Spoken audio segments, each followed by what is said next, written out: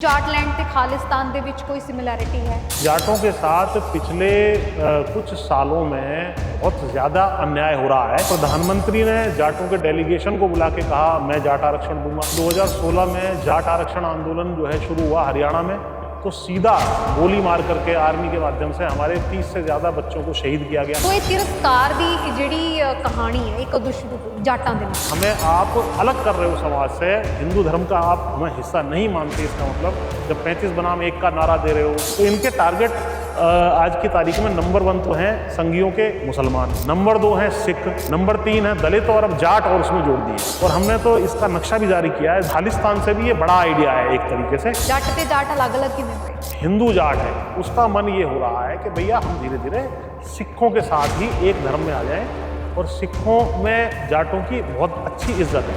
जबकि हिंदू धर्म में तो वो कह रहा है कि भैया इनका बायकाट करो, हिंदू राष्ट्र स्थापित करना चाहते हैं। तो उसमें सबसे बड़ा जो रोड़ा है वो सिख भाई और जाट भाई और मुसलमान और दलित है, क्योंकि दलितों को भी अधिकार नहीं देना चाहते, दलितों से आरक्षण छीनना चाहते हैं। सिख सेवा का धर्म है, तो सारे देश को ये बात धीरे धीरे समझनी चाहिए कि सिख धर्म ही वो धर्म है जो बराबरी की बात करता है, कि हमें धर्म चेंज करना पड़ेगा अगर हिंदू धर्म के अन्याय से हमें बचना है।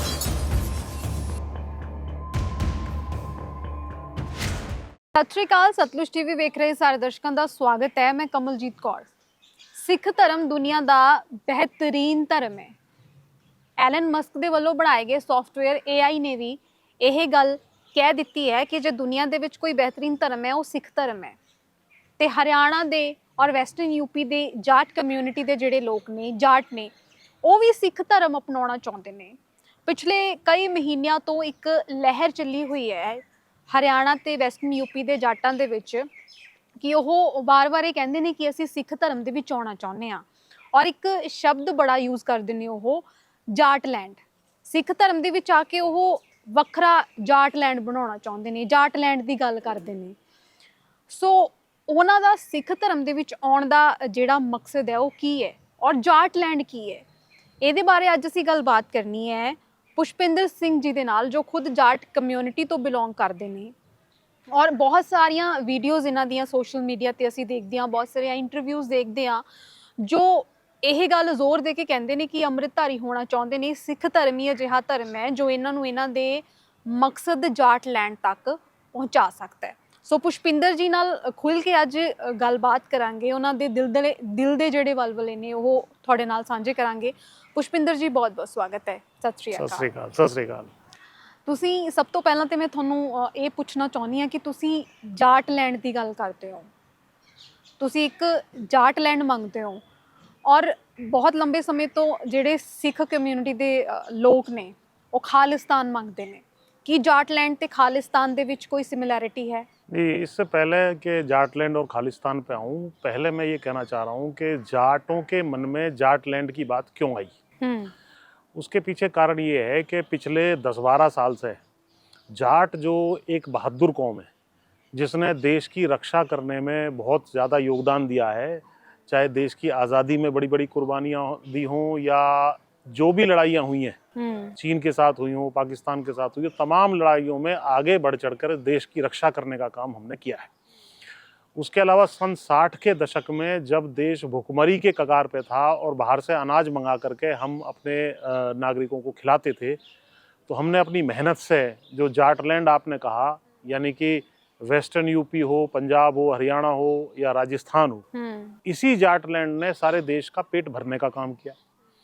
तीसरा, जाटों ने खेलों में मेडल जीत करके ओलंपिक तक देश का मान बढ़ाने का काम किया।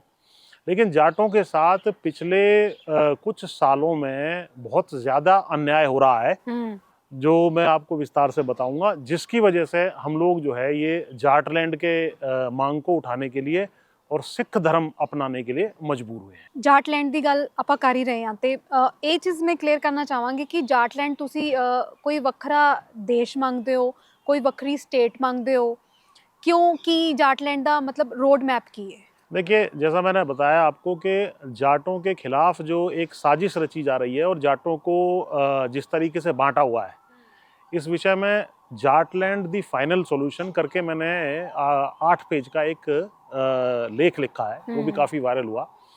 उसमें हमने बताया है कि जाटों ने इतनी सेवा इस देश की है, कुर्बानियाँ दी हैं, उसके बावजूद भी पिछले 10 सालों में 5-6 इतनी बड़ी घटनाएं जाटों को कुचलने की हुई हैं। सबसे पहले तो जो जाट आरक्षण हमें मिल गया था 2014 में, वो 2015 में इस सरकार ने योजनाबद्ध तरीके से खारिज करवाया सुप्रीम कोर्ट के माध्यम से। फिर प्रधानमंत्री ने जाटों के डेलीगेशन को बुला के कहा मैं जाट आरक्षण दूंगा, लेकिन नहीं दिया।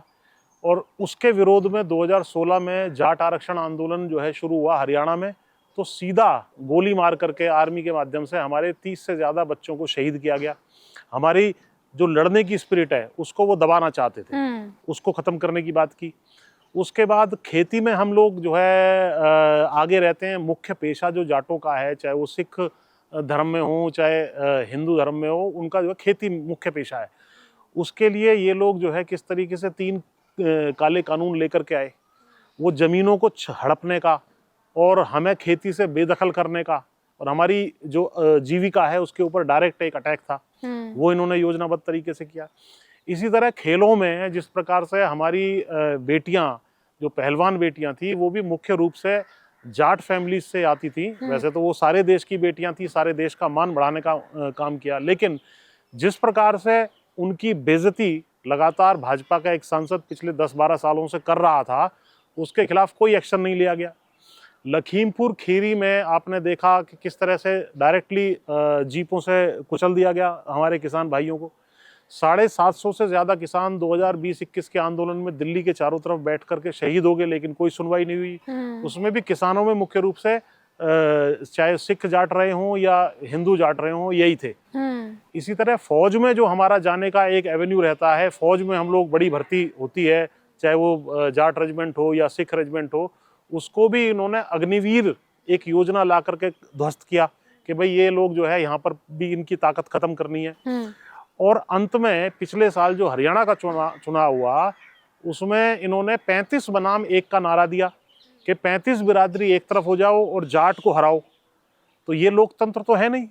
तो ये तमाम चीज़ें हैं जिसकी वजह से हमें ये लगा कि भैया जब तुम हमें हिंदू होकर के ये कह रहे हो कि 35 एक हैं और जाट अलग हैं, तो हमने कहा नमस्कार सत श्री अकाल, हमारे भाई बैठे हुए हैं सिख धर्म में, तो एक तो हम धर्म के रूप में सिख धर्म अपना लें, और तुम हमें कह रहे हो कि तुम अलग हो, तो हमें अलग जाटलैंड दे दो। और जाटलैंड का जो एरिया है वो भी मैं आपको बताऊं, वो वेस्टर्न यूपी, राजस्थान का जो दक्षिण कुछ जिले छोड़ करके वो सारा राजस्थान, पूरा हरियाणा, पूरा पंजाब, दिल्ली, ये मुख्य एरिया है जहाँ जाट हजारों सालों से जो है बसे हुए हैं। वैसे तो जाट सिंधु नदी से लेकर के गंगा नदी के बीच में, और ऊपर जम्मू से लेकर के और दक्षिण में जालौर जिला जो राजस्थान का, वहाँ तक ये पूरा जाटलैंड एरिया, आम भाषा में इसको कहते हैं, मेरा दिया हुआ नाम नहीं है। आप मीडिया में गूगल पे जाके जाटलैंड डालेंगे तो तमाम बड़े अखबारों की, तमाम बड़े चैनलों की रिपोर्ट्स आ जाएंगी कि जाटलैंड में यहाँ चुनाव हो रहा है, जाटलैंड में कौन जीतेगा हारेगा। तो ये इस एरिया को डिस्क्राइब करने का एक शब्द यदि कोई है तो वो जाटलैंड है। तो जाटलैंड हम इस वजह से मांग रहे हैं, और सिक्खी में इसलिए जा रहे हैं कि भाई जो है हमें आप अलग कर रहे हो समाज से, हिंदू धर्म का आप हमें हिस्सा नहीं मानते। इसका मतलब जब 35 बनाम 1 का नारा दे रहे हो, या इनके कई जो विधायक हैं वो शपथें दिलवाते हैं कि भाई जाटों का बायकाट करना है, तो जब आपको इतनी नफरत है तो हमसे प्यार करने वाले हमारे भाई जो जट सिख हैं वो बैठे हुए हैं मजबूती से सिख धर्म में, तो क्यों ना हम जो है सिख धर्म में चले जाएं और हमारा जाटलैंड जो है एक अलग से दे दिया जाए।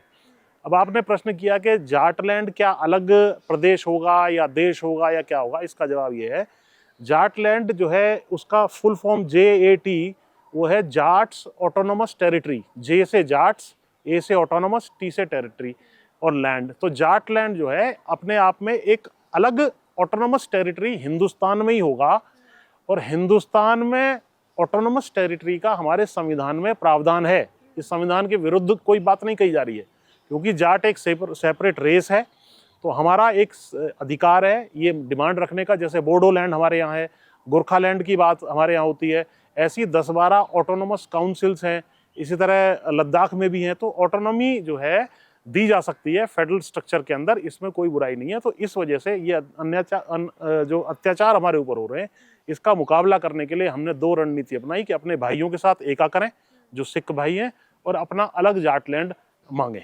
ਤੁਸੀਂ ਲਗਾਤਾਰ ਮੀਟਿੰਗਸ ਕਰ ਰਹੇ ਹੋ, ਅੱਜ ਵੀ ਤੁਸੀਂ ਕੇਂਦਰੀ ਸਿੰਘ ਸਭਾ ਚੰਡੀਗੜ੍ਹ ਦੇ ਵਿੱਚ ਆਏ ਹੋਏ ਹੋ, ਬੀਤੇ ਦਿਨੀ ਤੁਸੀਂ ਹਰਿਆਣਾ ਦੇ ਗੁਰਦੁਆਰਾ ਧਮਧਾਨ ਸਾਹਿਬ ਦੇ ਵਿੱਚ ਮੀਟਿੰਗ ਕੀਤੀ ਸੀਗੀ। ਮਕਸਦ ਕੀ ਹੈ ਮੀਟਿੰਗ ਕਰਨ ਦੇ ਪਿੱਛੇ? ਕਿਹਨਾਂ ਲੋਕਾਂ ਨਾਲ ਤੁਹਾਡੀ ਜਿਹੜੀ ਵਾਰਤਾਲਾਪ ਹੈ ਉਹ ਜ਼ਿਆਦਾ ਹੁੰਦੀ ਹੈ? ਸਿੱਖ ਜਥੇਬੰਦੀਆਂ ਨਾਲ ਹੁੰਦੀ ਹੈ ਜਾਂ ਲੋਕਲ ਪੱਧਰ ਤੇ ਗੁਰਦੁਆਰਾ ਸਾਹਿਬ ਦੇ ਜਿਹੜੇ ਪ੍ਰਬੰਧਕ ਨੇ ਉਹਨਾਂ ਨਾਲ ਹੁੰਦੀ ਹੈ? देखिए, हमारा मकसद ये है कि जो सिखों का और जाटों का आपसी भाईचारा है, ये बहुत पुराना भाईचारा है। इसमें जो भरतपुर के, राजस्थान में भरतपुर पड़ता है, वहाँ के जो राजा थे महाराजा सूरजमल जी, उनकी 1763 में दिल्ली में धोखे से हत्या कर दी गई थी।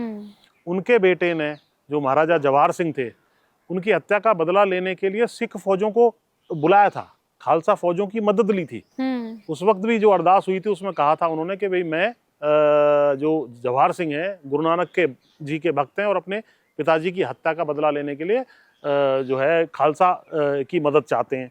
तो ऐसी अरदास ली गई, तो टेक्निकली स्पीकिंग तो हम उसी दिन सिख बन गए थे। इसी तरीके से जो है जब दिल्ली पे अटैक होते थे, जब भी थे, तो ये सारी की सारी महाराजा सूरजमल ने इस प्लान को सोचा था जब वो पावर में थे कि भाई एक हम ऐसी कॉन्फेडरेसी, ऐसा एक जो है एका यहाँ पैदा करें कि एक तरफ जो अहमद शाह अब्दाली के अटैक होते थे उनको सिख भाई झेलते हैं तो हम इनकी मदद करें। इधर से रोहिल्ला, जो रोहिलखंड कहते हैं, मुरादाबाद और वो सब जो एरिया है यूपी का, वहां से रोहिल्लों के अटैक होते थे। तो इन दोनों का मुकाबला करने के लिए जाटों को एकजुट होना चाहिए। तो वही चीज आज हम दोबारा से कह रहे हैं कि हमारे ऊपर जो संघवादी सोच का, भाजपा का अटैक ज़्यादा सीधे तौर पे हो रहा है और हमारी सारी पहचान को, हमारी ज़मीनों को छीनना, हमारी महिलाओं की बेइज्जती करना, हमारे अधिकारों को ख़त्म करना, हमारी राजनीतिक ताकत को ख़त्म करना, सेना में हमारे जो है ताकत ख़त्म करना, ये सब जो है सिखों पे। तो इनके टारगेट आज की तारीख में नंबर 1 तो हैं संघियों के मुसलमान, नंबर 2 हैं सिख, नंबर 3 है दलित, और अब जाट और उसमें जोड़ दिए हैं। तो हमने कहा भाई हम सिखों को, दलितों को, जाटों को और मुसलमानों को एकजुट करेंगे और अपनी अलग जाटलैंड की मांग करेंगे जो इस देश के अंदर ही होगा। और जो एक प्रश्न आपने पूछा शुरू में कि इसका खालिस्तान से क्या होगा, ये एक तरीके से खालिस्तान तो 1/7 हिस्सा भी नहीं है जो वास्तव में पंजाब था, उसका 1/7 भी नहीं है। ये तो आपका बड़ा एक तरीके से जाटलैंड नाम से ऑटोनोमस क्षेत्र बन जाएगा। तो ये उससे बड़ा आइडिया है। उसमें आपको जो है एक छोटा क्षेत्र, आप बात कर रहे थे, हम कह रहे हैं कि एक बड़ा जो है एक एरिया आपका जाटलैंड के रूप में बन जाएगा। और हमने तो इसका नक्शा भी जारी किया है जो 2 पार्ट्स में है। एक तो इंडिया का पार्ट है जिसमें मैंने जैसा आपको बताया कि भाई पंजाब है, पूरा हरियाणा है, दक्षिण राजस्थान को छोड़ के पूरा राजस्थान है, वेस्टर्न यूपी है, दिल्ली है, ये है। और इसके अलावा जो हमारे को बांटने की हजारों साल से साजिश हुई जिसमें के तहत ये पाकिस्तान का बंटवारा हुआ, तो पाकिस्तान के पंजाब में भी हमारे जाट भाई बहुत सारे हैं जो मुस्लिम जाट हो गए थे। सिंध में भी हम लोग बैठे हुए हैं। तो उस एरिया को सेकंड फेज में और बाद में फ्यूचर में लंबा समय इसमें लग सकता है। लेकिन जैसे बर्लिन की दीवार 50 साल में ढह गई, जब 50 साल हुए 1990-91 में, तो बर्लिन को ईस्ट जर्मनी, वेस्ट जर्मनी, जो 2 जर्मनी बन गए थे हिटलर के बाद, उनको दोनों एकजुट हो गए। तो कल को यदि वहाँ के जाट भाई ये कहते हैं कि भाई यहाँ पर जाटलैंड बन गया है, तो हम लोग भी अपने भाइयों के साथ जाटलैंड में आ जाते हैं। तो ये जो संघियों का सपना है कि हम बड़ा अखंड भारत बनाएंगे, वो ये पूरा नहीं कर सकते, लेकिन जाट पूरा जरूर कर सकते हैं। यदि जाटलैंड भारत में दे दिया जाए ऑटोनोमस राज्य के रूप में, तो बहुत अच्छी संभावना है कि पंजाब के जाट भी हमारे तरफ साथ जो है सबको लेकर के जुड़ जाएं, सिंध भी हमारे साथ जुड़ जाए, तो ये देश भी इसमें बड़ा होगा, देश का इसमें कोई नुकसान नहीं है। तो हम उस चीज को, मतलब खालिस्तान से भी ये बड़ा आइडिया है एक तरीके से, लेकिन भारत के अंदर ऑटोनोमस क्षेत्र के रूप में है, जो परफेक्टली एक आइडिया है जो संविधान के सम्मत है, संविधान के अनुसार है। ठीक है, तुसी कह रहे हो कि संविधान के मुताबिक है, पर जे स्टेट की गल करिए तो स्टेट नूं इदां दी कोई भी नीति हजम नहीं हुंदी जो उहदे अंगेंस्ट गल करदी होवे। खास तौर ते खालिस्तान की गल कर लीए, जे कोई बंदा खालिस्तान की गल करदा है कि सानू खालिस्तान चाहिदा है, तां ओनू वखवादी कहा जांदा है, जेलां 'च बंद कर दिता जांदा है, कई साल बाहर नहीं कढ़िया जांदा। साडे बंदी सिंह जेलां दे विच बंद ही नहीं, असीं देख रहे हां। ते तुसीं जाटलैंड की गल कर रहे हो, तुसीं भी उसे हुकूमत नाल टक्कर लैण दी गल कर रहे हो जिहदे नाल सिख लैंदे रहे ने।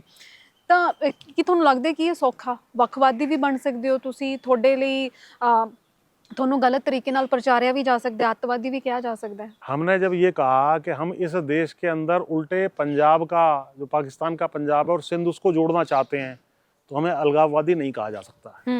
दूसरा, जो खालिस्तान वाला कॉन्सेप्ट है उसमें सिख भाई अकेले पड़ जाते हैं, लेकिन जब जाट सिक्खी में चले जाएंगे, दलितों को भी प्रेरणा देंगे। जैसा कि आजकल एक धर्मांतरण करके किताब आई है, जो कलेक्शन है अंबेडकर साहब की जो है सारी स्पीचेस का, तो वो दिल्ली यूनिवर्सिटी के प्रोफेसर हैं, उन्होंने लिखी है, तो मैंने उनसे मिला था, उस किताब को मैं लेकर उसमें अध्ययन किया, क्योंकि वो भी सिक्खी में एक बार आना चाहते थे, डॉक्टर अंबेडकर साहब भी। तो हम लोग तो दलितों से भी कह रहे हैं कि भाई आप लोगों को सिक्खी में आना चाहिए, क्योंकि सिक्खी में आओगे आपका सम्मान बढ़ेगा और आप मजबूत हो जाओगे। तो अधिक से अधिक संख्या में सिक्खी में दलितों को भी लाएंगे, जाटों को भी लाएंगे, तो ये संख्या जब बल आपका बढ़ जाएगा तो तब आपको कोई अलगाववादी या उस तरीके से जो कहना चाहता है या जेल में डालने वाली बात नहीं होगी। और कॉन्स्टिट्यूशनली हम बिल्कुल टेक्निकली ठीक हैं कि कॉन्स्टिट्यूशन हमें 10-12 ऑलरेडी ऑटोनोमस क्षेत्र हैं यहाँ पे, कार्बी हिल्स, बोडोलैंड और तमाम जो मैंने आपको गिनाए, तो इस तरह के हैं। कोई भी व्यक्ति गूगल पे जा करके इसको कर सकता है सर्च कि भैया कौन कौन से ऑटोनोमस क्षेत्र इस देश में है, तो उसको पता लग जाएगा। तो ऑटोनॉमी मांगना, स्वायत्तता मांगना या अपने इलाके में शासन करना, जो कौम जिस इलाके में रहती है उस इलाके में उसकी पॉलिटिकल फोर्स हो, पॉलिटिकल पूछ हो, ये कोई बुरा नहीं है। ये इसी तरीके से पूरा विश्व और हिस्ट्री चलती चली आई है। तो कोई अलगाववादी कहने का दुष्प्रचार भी ये करेगा, तो आप जैसे चैनलों के माध्यम से हम अपनी बात को रखने का काम करेंगे। ਹਰਿਆਣਾ ਔਰ ਵੈਸਟਰਨ ਯੂਪੀ ਦੇ ਵਿੱਚ ਜਾਟ ਭਾਈਚਾਰੇ ਦਾ ਤਿਰਸਕਾਰ ਹੋਣਾ ਕਦ ਤੋਂ ਸ਼ੁਰੂ ਹੋਇਆ? ਕਿਉਂਕਿ ਇੱਕ ਦੌਰ ਹੁੰਦਾ ਸੀਗਾ ਕਿ ਹਰਿਆਣਾ ਤਾਂ ਜਾਣਿਆ ਹੀ ਜਾਟਾਂ ਕਰਕੇ ਜਾਂਦਾ ਸੀ, ਹਨਾ। ਜਦੋਂ ਅਸੀਂ ਹਰਿਆਣੇ ਦੀ ਗੱਲ ਕਰਦੇ ਸੀ ਤਾਂ ਸਭ ਤੋਂ ਪਹਿਲਾਂ ਇਹ ਆਉਂਦਾ ਸੀ ਵੀ ਜਾਟ ਭਾਈਚਾਰੇ ਦੇ ਲੋਕ, ਹਨਾ।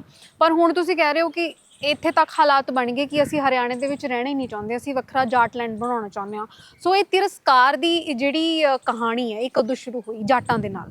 जैसा मैंने बताया कि 10-12 साल से आप देख रहे हैं, चाहे जाट आरक्षण आंदोलन हो या हमारी पहलवान बेटियां भी हरियाणा से थी, या फसलों की कीमत नहीं दे करके 3 कानून हमारे ऊपर लाद दिए, हम फौज में चले जाते थे, तो वही सारी चीज़ें जो है हरियाणा से भी जुड़ी हुई हैं, उतनी ही पंजाब से जुड़ी हुई हैं, उतनी ही राजस्थान से, उतनी वेस्टर्न यूपी से, यानी तमाम जाटलैंड से जुड़ी हुई है। हम हरियाणा की वैसे बात नहीं कर रहे, हम हरियाणा में नहीं रहना चाह रहे, हरियाणा में तो हम रहेंगे ही।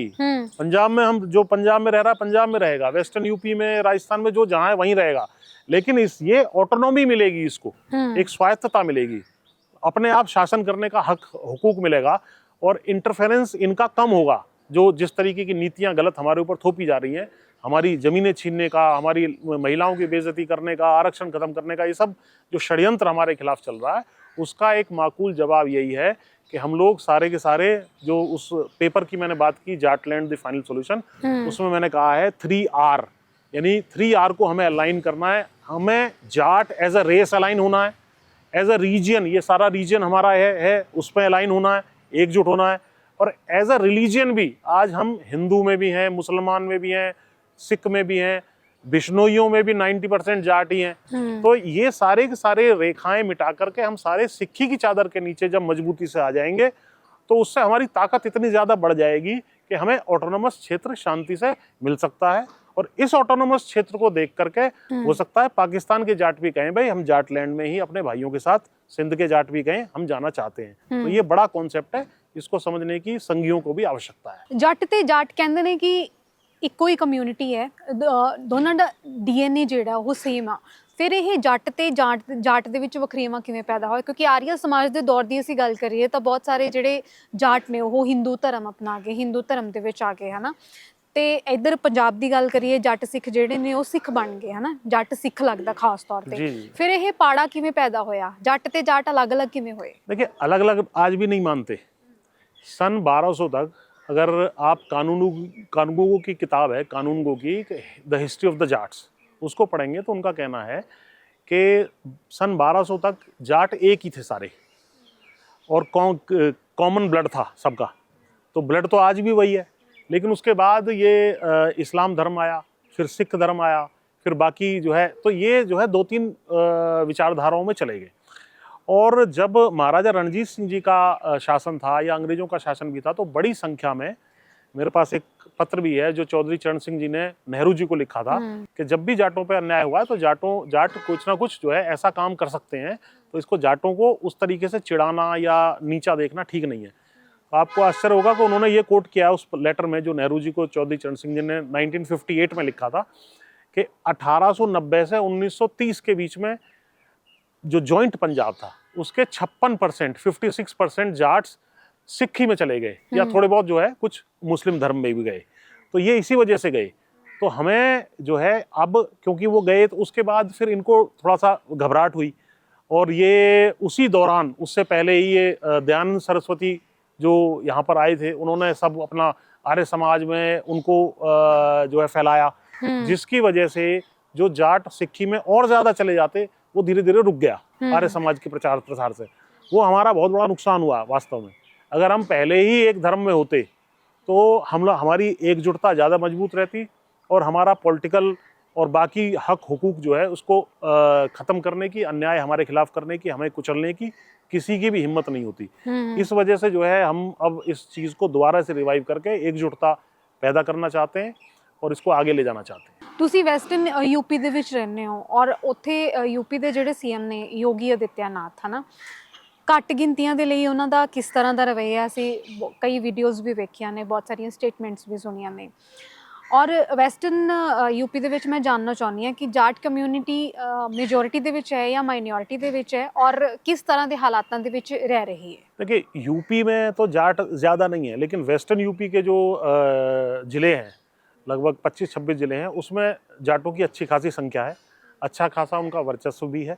लेकिन अभी फ़िलहाल वो रूटलेस जैसे हैं कि किसके साथ जाएं किसके साथ ना जाएं।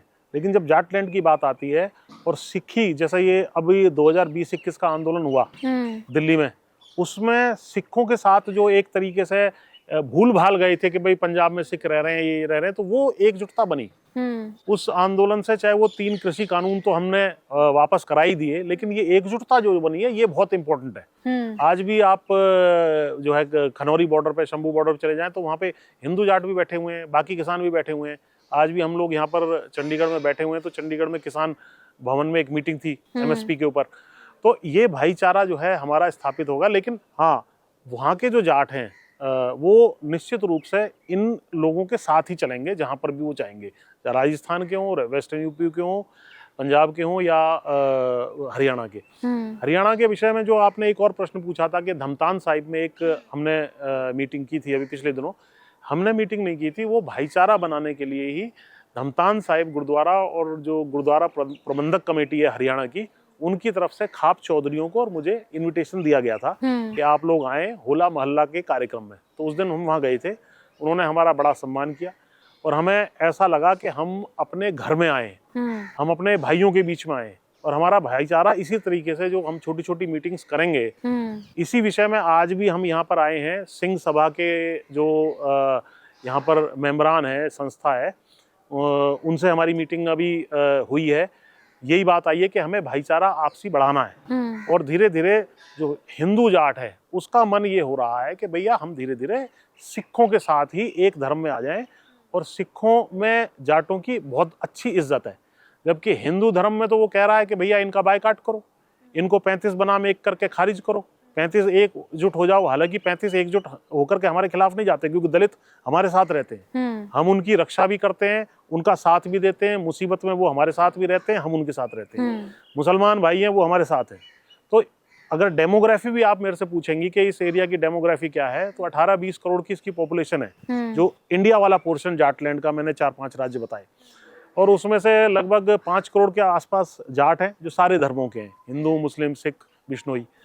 और 4 करोड़ के आसपास जो है दलित भाई हैं, फिर 3-4 करोड़ के आसपास मुसलमान भाई हैं, और बाकी किसान बिरादरियां भी जिस तरीके से जाट जिस डायरेक्शन में जाता है उस डायरेक्शन में जाती हैं।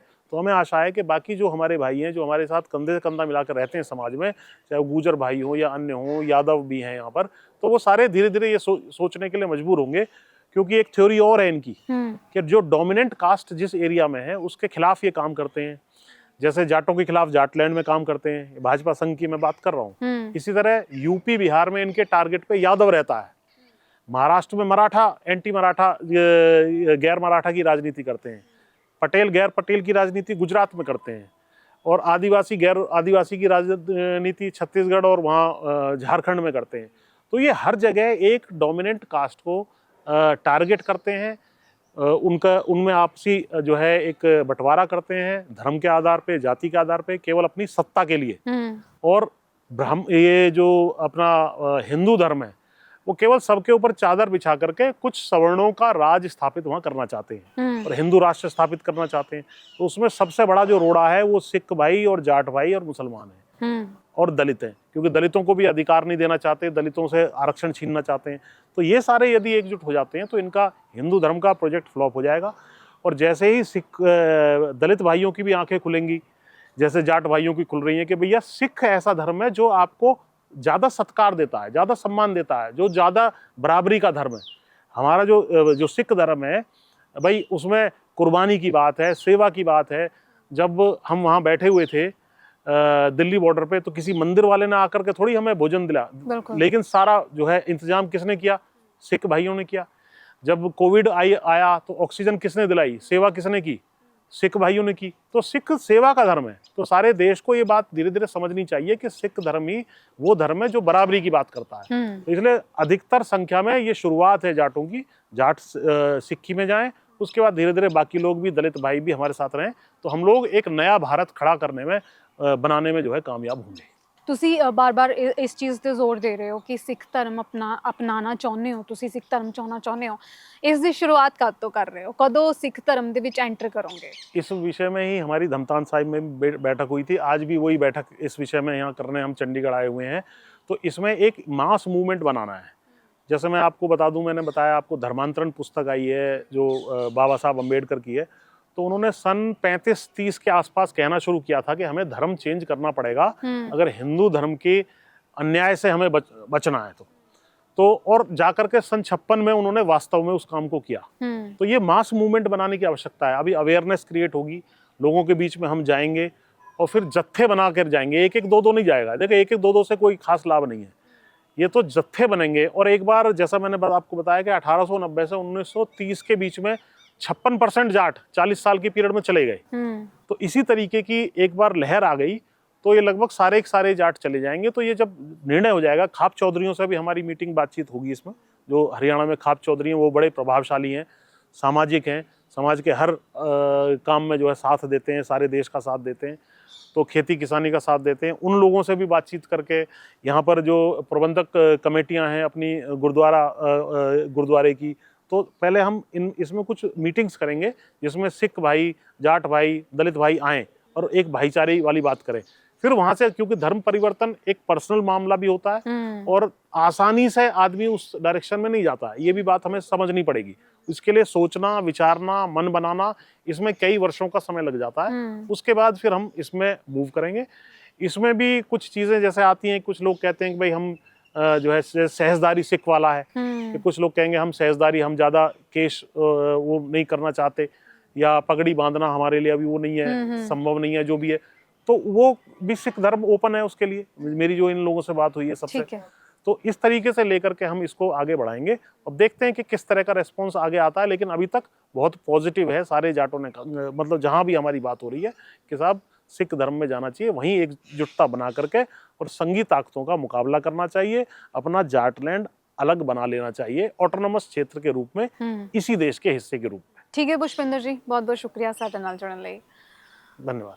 ਸੋ ਇਸੇ ਅੱਜ ਦੀ ਖਾਸ ਪੇਸ਼ਕਸ਼, ਇੱਕ ਵੱਖਰਾ ਜਾਟਲੈਂਡ ਜੋ ਹੱਕਾਂ ਦੀ ਗੱਲ ਕਰੇ, ਜੋ ਹੱਕਾਂ ਦੀ ਲੜਾਈ ਲੜ ਰਿਹਾ ਹੈ। ਸੋ ਅਗਲੇ ਐਪੀਸੋਡ ਦੇ ਵਿੱਚ ਫੇਰ ਹਾਜ਼ਰ ਹੋਵਾਂਗੇ ਕਿਸੇ ਹੋਰ ਅਹਿਮ ਮਸਲੇ ਦੇ ਨਾਲ। ਤਦ ਤੱਕ ਲਈ ਤੁਸੀਂ ਵੇਖਦੇ ਰਹੋ ਸੱਚ ਦਾ ਨਿਰੰਤਰ ਵਹਿੰਦਾ ਦਰਿਆ ਸਤਲੁਜ ਟੀਵੀ।